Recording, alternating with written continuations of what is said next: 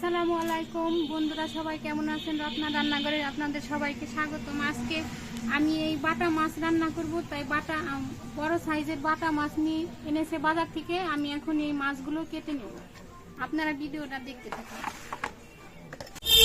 আমি এই বাটা মাছ কাটার জন্য একটু ছাই নিয়ে নিয়েছি, আপনারা চাইলে নাও নিতে পারেন।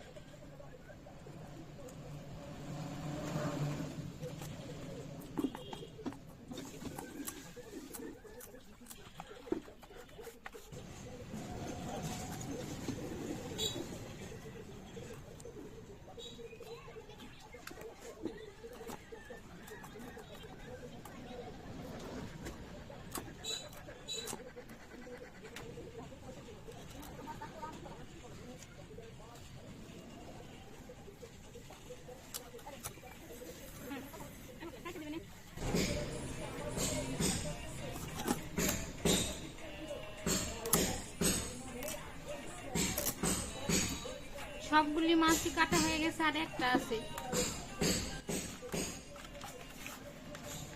এটা কাটা হলেই মাছ কাটা শেষ।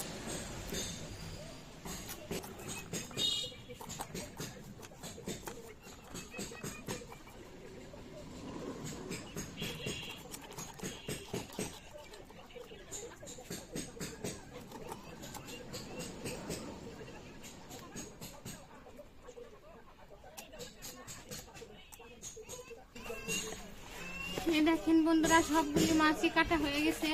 এখন এই মাছগুলো আমি সুন্দর করে ধুয়ে নিয়ে আসবো, ততক্ষণ আপনারা ভিডিওটা দেখতে থাকুন। এই বাটা মাছ কেটে ভালো করে ধুয়ে নিয়ে চলে আসলাম রান্নাঘরে।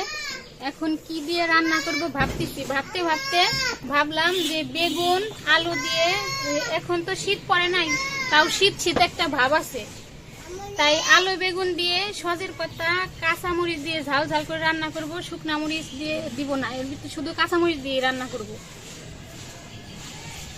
এখন এই বেগুন দিয়ে রান্না করব, তাই এই বেগুনগুলো আমি কেটে নিব।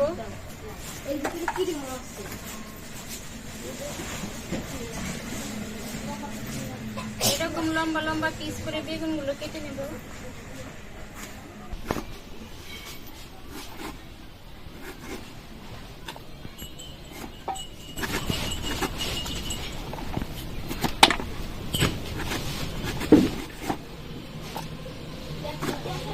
আমাদের গাছে ধরে নাই, কিন্তু সকালবেলায় বাজার থেকে কিনে আনছে।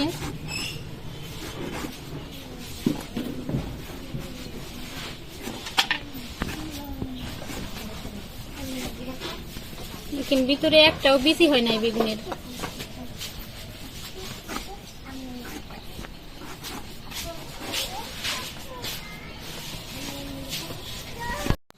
আমার সবগুলি বেগুনই কাটা হয়ে গেছে। দেখেন বেগুনগুলা কিন্তু অনেক সুন্দর। এখন কেটে নিব আলু।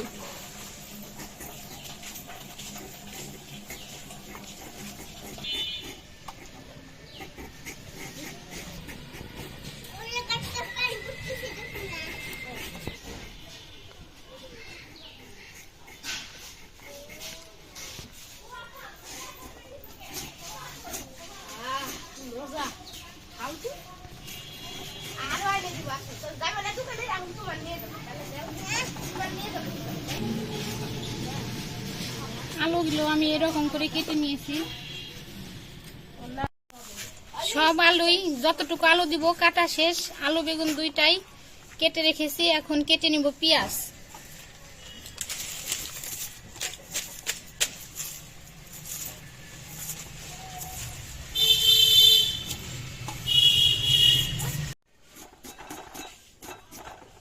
পেঁয়াজগুলোও কাটা শেষ, এখন কেটে নিব কাঁচামরিচ।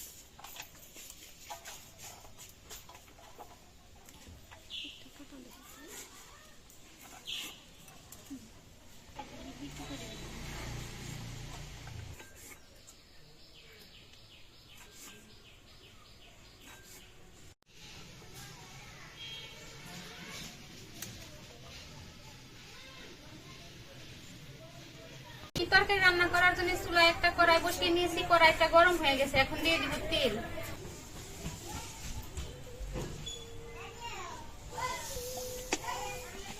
কড়াইতে তো আমি তেল দিয়ে দিয়েছি, তেলটা মাছ ভাজতে গেলে অনেক ভালো মতো গরম হইতে হয়। তেলটা গরম হইতে থাক, ততক্ষণে আমি মাছটা মাখিয়ে নেব। দিয়ে দিব হলুদের গুঁড়া, একটু মরিচের গুঁড়া, লবণ। এবার ভালো করে মাছগুলো মাখিয়ে নেব।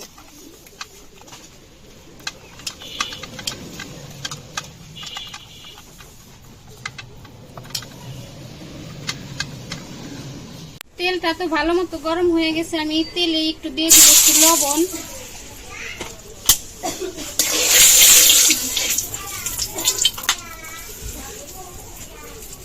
দিয়ে দিব মাখিয়ে রাখা মাছ।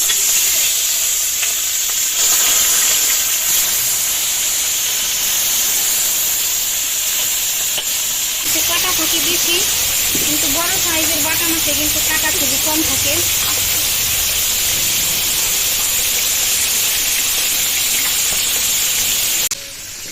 মাছটা কিন্তু ওই পাশটা ভালো করে ভাজা হয়ে গেছে, তাই এবার উল্টিয়ে দিব।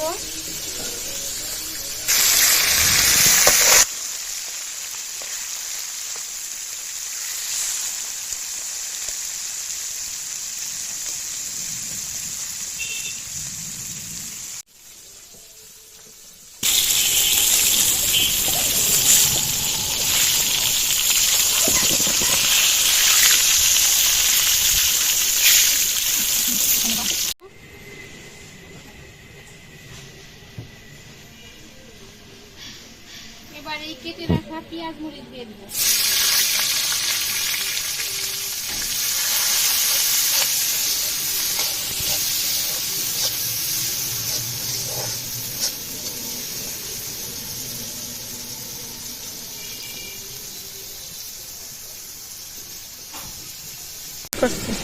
আমার পেঁয়াজ আর মরিচ কিন্তু ভালো মতো ভাজা হয়ে গেছে, এবার দিয়ে দেবো এই কেটে ধুয়ে রাখা বেগুন আর আলু।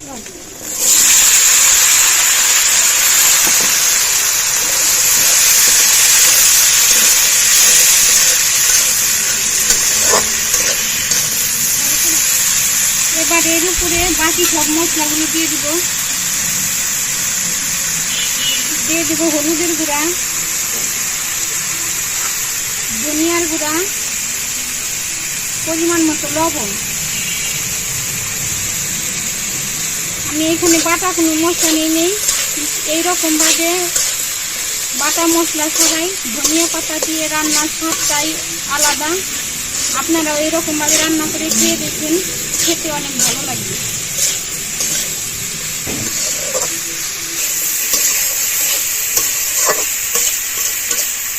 এবার ঢাকনা দিয়ে ঢেকে ঢেকে সবজিগুলা কষিয়ে নেব।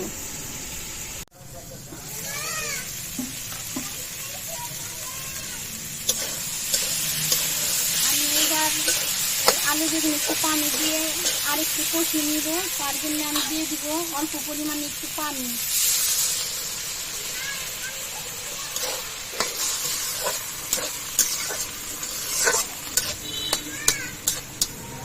এবার ঢাকনা দিয়ে ঢেকে কয়েক মিনিট কষিয়ে নিব।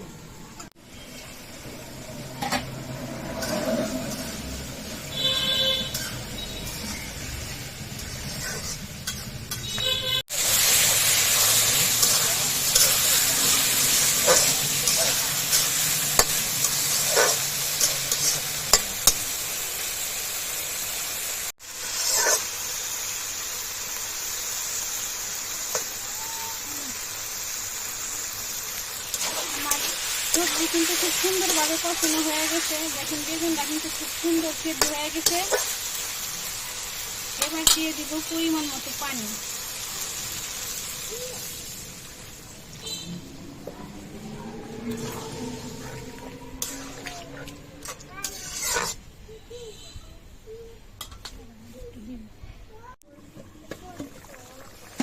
ঝোলটা তো ভালো মতো ফুটে গেছে, এখন দিয়ে দেবো ভেজে রাখা মাছ।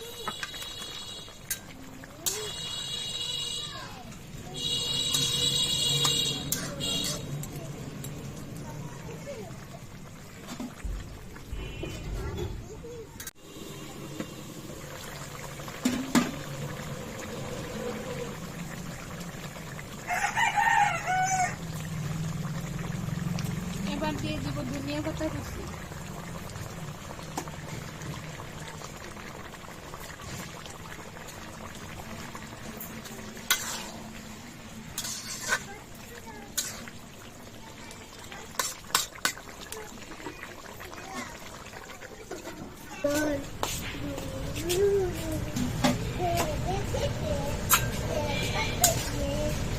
আমার বাটা মাছ দিয়ে আলু বেগুন তরকারি ঝোল কিন্তু রান্না রেডি হয়ে গেছে। আলুগুলাও খুব ভালোভাবে সিদ্ধ হয়ে গেছে। এবার ঢেলে নিব।